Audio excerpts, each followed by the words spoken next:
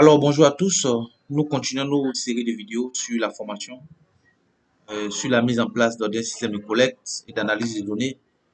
Donc, on a fait le questionnaire sur Kobo, on a vu les différentes manipulations, on a vu comment collecter les informations à travers le smartphone. Donc, on a vu comment installer Kobo Tool Collect sur notre application, notre téléphone Android. Et puis, on a collecté des données, on a même collecté 3 données.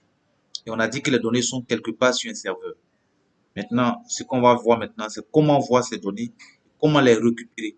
Comment les récupérer à travers Google Sheets. Donc, sans tarder, on va aller directement sur notre Kobo Toolbox et web. Donc, on est sur le formulaire, c'est bien la vente mobile. On voit là déjà 3 soumissions. Ce sont les réponses qu'on a apportées tout à l'heure, c'est-à-dire les ventes pour les visites. Parce que la première était une visite sans vente, c'est ce qu'on a dit. Parce que à la question de savoir le client a-t-il acheté, on a mis non. Et ensuite, les deux étaient des ventes. Donc, comment on voit ça? On va dans données. Et là, on a nos 3 ventes. Voilà, effectivement, les 3 ventes. Le client a acheté non. C'était la première vente et la première visite. Et les deux prochaines visites étaient de oui, oui. Produit acheté pour la deuxième visite. Propos soft 2, quantité, donc 2400 en termes de chiffre d'affaires. Et puis la deuxième vente, 12 Popo Clean, 37 200. Voilà, donc voici nos données ici. Ce sont ces données qu'on va connecter avec Google Sheets. Donc pour commencer, on va dans paramètres. Ensuite, on va dans partage. Et puis on coche ces deux-là. Là, on coche. Et après avoir fini ça, on repart dans données. Et puis dans données, on va sur téléchargement. Voilà.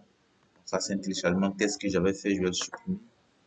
Qu'est-ce qu'on fait? On va sur option avancée. Option avancée, on va choisir colonne unique. Voilà, si c'était pas colonne unique et sélectionné, choisissez colonne unique. OK? Ensuite, là, par défaut, c'est pas coché, hein.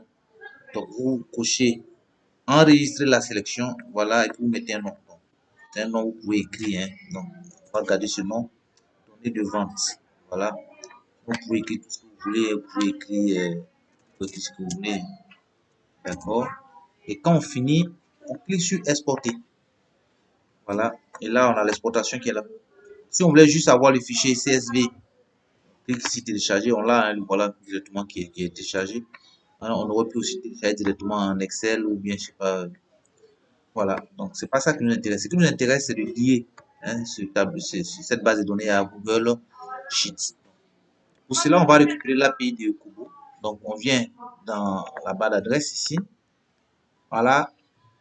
Juste après kobotool.org / on supprime tout ce qui suit et on écrit API et / V2. Voilà. Et on fait entrer. Ça nous conduit à cette page. Voilà. Et puis, vous voyez, le premier test, c'est écrit http://api2. Voilà. On clique sur ce lien.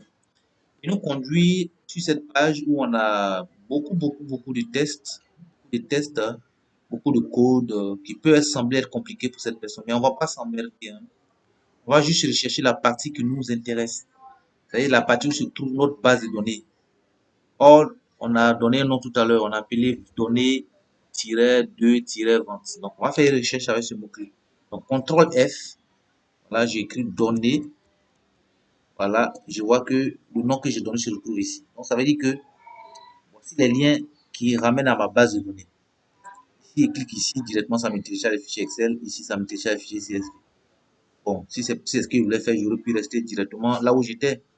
Donc, je vais copier ce lien. Je le copie et je vais dans un nouveau fichier Google Sheets. Voilà, donc on peut juste rester dans la barre d'adresse, on écrit sheets.new. Voilà, une fois qu'on est dans notre fichier Google Sheets, on va utiliser la fonction import data. Import data.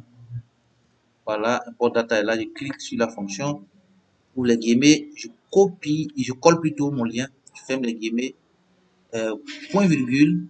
Je vais mettre maintenant le délimiteur qui est point virgule. Donc, ferme les guillemets, ensuite la parenthèse, je fais entrer. Voilà, il me dit une erreur que vous devez autoriser l'accès afin d'extraire. Je dis OK, autoriser. Et voilà, voici ma base de données. Mes données se reprennent ici. Ah, voilà. Donc, vous convenez avec moi qu'une fois que vous avez ça, vous pouvez tout faire. Vous pouvez faire vos analyses, vous pouvez créer une feuille à côté, vous pouvez créer une feuille ici pour faire vos analyses. Et ça demeure votre base de données source. Figurez-vous, cette base de données va se mettre à jour à chaque fois que je vais faire une nouvelle vente. Hein. C'est pas compliqué. Donc, la vidéo qui va suivre, nous allons voir comment maintenant faire nos analyses directement ici, pouvoir prendre des décisions en temps réel. Merci d'avoir suivi. Rendez-vous à la prochaine vidéo.